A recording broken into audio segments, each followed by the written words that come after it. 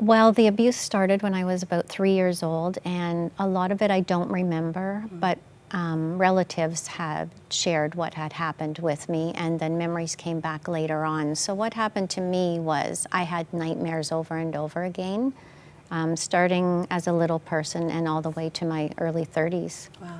To the point where you had to leave home at the age of 16? I did. And was that just for safety, or why did you end up leaving? It was safety, and I didn't really like the violence in the home. It was hard to bear. And so you talk about the night terrors. You mentioned in your story that later on, as you were older, that you would scream out in your dreams to the point where your little son came into the room thinking that there was a stranger in the room. Yeah, he thought I was being assaulted because my screaming was very, very loud. And I did that for many years, but I never knew why. Wow. And so how would you cope with that pain? I turned to alcohol and drugs at an early age, and that was my coping mechanism. You also say that you were driven by a lot of fear. There was just a lot of fear in your life. Fear was very, very huge for me. I would even go running out of my home. I was scared of everything. So what was going through your mind? What were you running away from? I didn't know at the time because I had blocked everything out. And traumatic memories are stored differently in the brain, so you might not even know why you're doing what you're doing, right? Right. So I had a lot of fear and anxiety without knowing why. And so how do you go through treatment? How does one go through treatment when they have PTSD? What's the process to healing for that?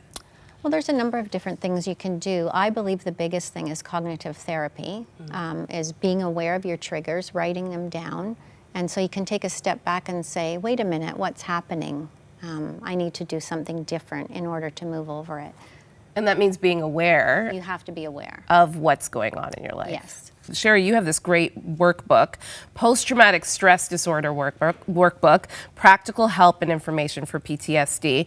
An interesting part of your story is that faith really is what was able to help you in the process. A neighbor talked to you about following Jesus. Tell me about that. She did. Well, I was experiencing a lot of fear, and she said to me, well, you must not know God. And I said, well, I think there's a God. And she said, well, no, you have to have a personal relationship with him. Can I pray for you? And I said, sure. And after she did, I laughed all the way home, and I thought, that's not going to work. But that night when I went to bed, I did not have a nightmare. And I thought, God must be real, and how can he take away my nightmares? And I didn't understand, so I started going to church. Wow. And have your nightmares gone away? Yes. Really? Yes. Now, you say you still struggle with some symptoms of PTSD. Some I do. Hypervigilance was a big one for me. Yep. And fight or flight was a big one for me. I'm pretty much over that now, but It's a process. it is a process. Yeah. And so writing is much easier for me to do than to speak. Yeah.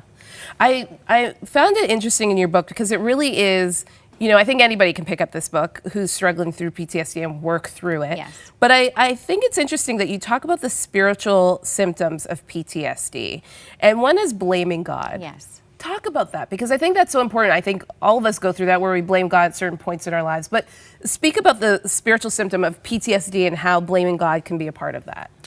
Well, I think people turn their backs on God because they think, why is he allowing this, right? I think that's a big part of it. But for me, you need God to help you because it's only he that can heal your broken heart and can calm your mind and help you get through the tough stuff. Seeing him as a helper and not... Yes, and not the bad guy. Yeah, not causing the pain. Also losing your trust in God, and the other one is losing your belief in God. I never really lost my belief in God. I would get mad at God, but I knew it was healthy to pray that way and say, God, I'm really mad at you about this, and can you please help me? And he walked through all those hard things with me, even when I didn't trust him. Yeah. Talk to me about also identifying the triggers and understanding what is going through your emotions at that time, how helpful that can be. It's very important to identify your triggers because you can get lost in one. If you have a flashback, for instance, it can really knock you off balance, and you have to figure out, okay, what happened? What was that trigger that got me and my emotions out of whack? And so the workbook has charts and questions to help you do that so you don't have to stay in turmoil so long. So I'm thinking there might be somebody watching who might think, I think I might have some symptoms that align with PTSD. Right. What are some tips that you would give that person? Obviously, professional help is huge. Yes, yes. And the workbook is really good because a lot of research went into that, and I shortened it so it wouldn't be overwhelming in learning about PTSD. But also practical things like eating healthy and exercising and finding enjoyment in life and simplifying life, right? Are you ever cured from PTSD? Are people ever cured from PTSD? That's a tough one to answer. Okay. I don't know, to be honest with you. I think you get way better in progressing through life. Whether the triggers all disappear or not, I'm not sure. But I'm way better than I was 20 years ago. Tell me how your faith has helped you get to that point where you're way better. A lot of reading the Bible helped me. God's word says it doesn't return void, and so reading the scriptures and understanding that there was other people in the Bible who had trauma.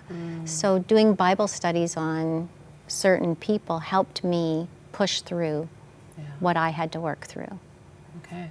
Well, thank you so much for joining us today, Sheri. Again, the workbook is Post-Traumatic Stress Disorder Workbook, Practical Help and Information for PTSD, and you can get this wherever books are sold, correct? You can. Great. Thank you so much, Sheri. Thank you. And, I just want to encourage you that if you're watching this and you feel like you might have some symptoms that align with PTSD, first of all, as Sheri said, get some help. Find a good counselor that can hear you and listen to you as well. As I would also love you to call our prayer lines. Prayer does make a difference. And Sheri talked about her faith and how much that made a difference.